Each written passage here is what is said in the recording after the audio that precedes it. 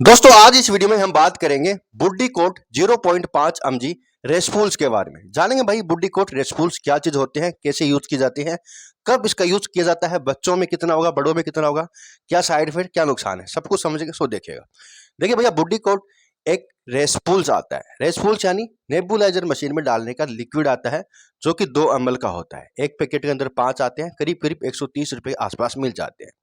तो ये सिप्ला कंपनी का ब्रांड आता है, काफी ज्यादा पॉपुलर है, काफी ज्यादा चलता है। लेकिन ये हाईली प्रिस्क्राइब दवा होती है, यानी डॉक्टर ही प्रिस्क्राइब करते हैं। कभी भी आपको सेल्फ यूज नहीं करना, ध्यान रखिएगा। और हाँ, ये जो बुड्डीकोट रेस्टफुल्स है ना, इसको यूज करने के लिए नेबुलाइजर मशीन की जरूरत पड़ती है।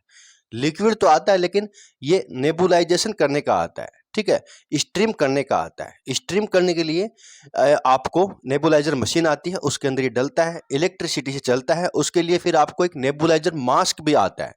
बच्चों के लिए चाइल्ड आएगा और बड़ों के लिए एडल्ट आएगा। तो नेबुलाइजेशन मशीन के अंदर ये होता है, नेबुलाइजेशन का प्रोसेसर होता है। आपको भाप को अंदर खींचना पड़ता है, इसके अंदर से भाप निकलती है, स्ट्रीम निकलती है, तो वो मास्क के थ्रू अंदर आती है, एक पाइप होती है, सब कुछ कनेक्ट होता है। और वो फिर आपको ऐसे सांस के साथ अंदर लेना पड़ता है, फेफड़ों के अंदर जाना पड़ता है। अब समझते हैं भाई ऐसा क्यों करना पड़ता है। ये तो हो गया यूज करने का तरीका, भाई किस तरह से यूज किया जाता है। पीना नहीं है, ध्यान रखिएगा, डालना भी नहीं है, कहीं डाल लो। ये 2 ml का रेस्पूल्स आता है, लगता बोतल की तरह ही है, छोटी सी सिरप की तरह ही लगेगा, लेकिन ये मशीन के अंदर डलेगा। अब देखिए, ये जो रेस्पूल्स है ना, ये बच्चों में भी चलते हैं, बड़े लोगों में भी चलते हैं, और साथ में दूसरे रेस्पूल्स भी मिक्स होकर चलते हैं, जैसे कि ड्यूलिन हो गया। ड्यूलिन के साथ बुर्डिकोट काफी ज्यादा डॉक्टर चलाते हैं। सिंगल यूज भी होता है, और दूसरे जैसे कि अस्थालिन वगैरह, इनके साथ भी मिक्स करके चलाया जाता है। तो काफी ज्यादा यूजेबल है। डॉक्टर के क्लिनिक पे डॉक्टर ही करवा देते हैं ज्यादातर तो, और पेशेंट के पास अगर नेबुलाइजर मशीन है तो पेशेंट को भी लिख देते हैं। लेकिन समझते हैं भाई क्यों लिखते हैं। तो दोस्तों, इसके अंदर आता है बुड्डिसोनाइड। इसके अंदर अंदर जो दवा आती है ना, वो आती है बुड्डिसोनाइड 0.5 mg में। बुड्डिसोनाइड एक एस्टेरॉइड होता है। ये ना कुछ केमिकल मैसेंजर जैसे कि प्रोस्टाग्लैंडिन, ल्यूकोट्रिएनस, इनको ब्लॉक कर देते हैं। एक्चुअली इनके कारण क्या कि इन्फ्लामेशन और स्वेलिंग बढ़ती है, ईचिंग बढ़ती है। तो वहां पर उनको ये ब्लॉक कर देता है एस्टेरॉइड, जिससे कि व्यक्ति को राहत मिलती है। एक्चुअली ये जो प्रॉब्लम होती है ना, ये अस्थमा से जुड़ी प्रॉब्लम में चलता है। अस्थमा में होता क्या है कि सांस लेने में दिक्कत होती है, छाती में कफ जम जाता है, तैं तैं की आवाज आती है, या कि सीओपीडी की प्रॉब्लम, क्रोनिक ऑब्स्ट्रक्टिव पुल्मोनरी डिजीज, इस टाइप की जो प्रॉब्लम होती है ना, ये लंग्स से जुड़ी प्रॉब्लम होती है, जिनके अंदर जो लंग्स के वॉल होते हैं वो ब्लॉक हो जाते हैं, उनके अंदर स्वेलिंग आ जाती है, कफ जम जाता है। और कई बार उनके पीछे केमिकल मैसेंजर होते हैं, जो कि जो श्वास नली होती है उनको सिकुड़ देते हैं। तो वहां पर ये उन केमिकल मैसेंजर को बंद ब्लॉक कर देता है, जिसके कारण सूजन या स्वेलिंग आ रही है वो रिलैक्स हो जाता है व्यक्ति की मांसपेशियां, और सांस लेने में दिक्कत नहीं होती। तो ये कहाँ चलेगा, ये चलेगा सांस से जुड़ी प्रॉब्लम में, ठीक है। अस्थमा बन रहा है, सीओपीडी प्रॉब्लम है, दम्मा की प्रॉब्लम है, बुजुर्ग व्यक्ति में ज़्यादातर होती है।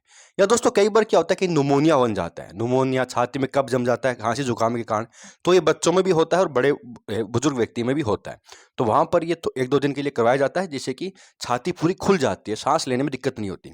तो जुकाम से जुड़ी प्रॉब्लम में चलता है, नुमोनिया हो जाए, कफ जम जाए, छाती में इन्फेक्शन हो जाए जिसके कारण कफ बन गया है, वहाँ चलता है। तो साथ में दूसरे जैसे कि ड्यूलिन हो गया, अस्थालिन हो गया, इस तरह के रेस्पूल्स ज़्यादातर इसके साथ यूज किए जाते हैं। लेकिन कई बार डॉक्टर इसको सिंगल भी दे देते हैं। तो डिपेंड करता है आपकी प्रॉब्लम क्या है, आपके डॉक्टर ने आपको किस तरह से दिया है, ट्रीटमेंट क्या दिया है। तो ये ना डॉक्टर की सलाह से ही लेना है।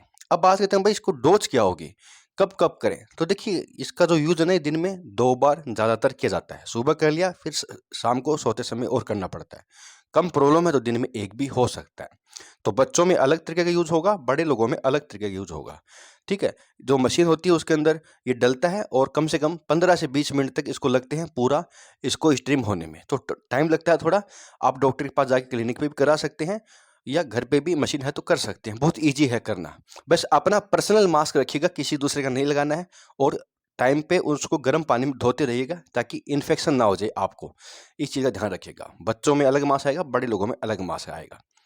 तो कभी भी दिक्कत हो आप यूज कर सकते हैं, और लगातार 2 से 3 दिन तक, 5 दिन तक भी यूज कर सकते हैं, और डॉक्टर के अकॉर्डिंग करना चाहिए। वैसे बात करते हैं साइड इफेक्ट क्या करेगा। तो देखिए, एस्टेरॉइड है, इसे कोई साइड इफेक्ट नहीं करता है। कई बार देखा गया कि यूज करने के बाद खांसी आना, रिस्पेक्टरी इन्फेक्शन हो जाता है, कफ बनता है, सूखी खांसी आती है, नोजिया, वॉमिटिंग, डायरिया, पेट दर्द, इस तरह के थोड़े बहुत साइड होते हैं, बहुत कम चांस में लोगों को होते हैं। बहुत ज़्यादा सेफ दवा है, काफ़ी ज़रूरी भी होता है जब व्यक्ति को कोई प्रॉब्लम होती है, और काफ़ी अच्छी कंपनी आता है शिव इलेक्ट्रॉनिक। तो दोस्तों सब कुछ था बुर्डीकोट 0.5 mg रेस्पूल्स के बारे में। वीडियो अगर इन्फॉर्मेटिव लगा हो तो कमेंट में जरूर बताइएगा। यहाँ तक वीडियो के लिए बहुत बहुत धन्यवाद।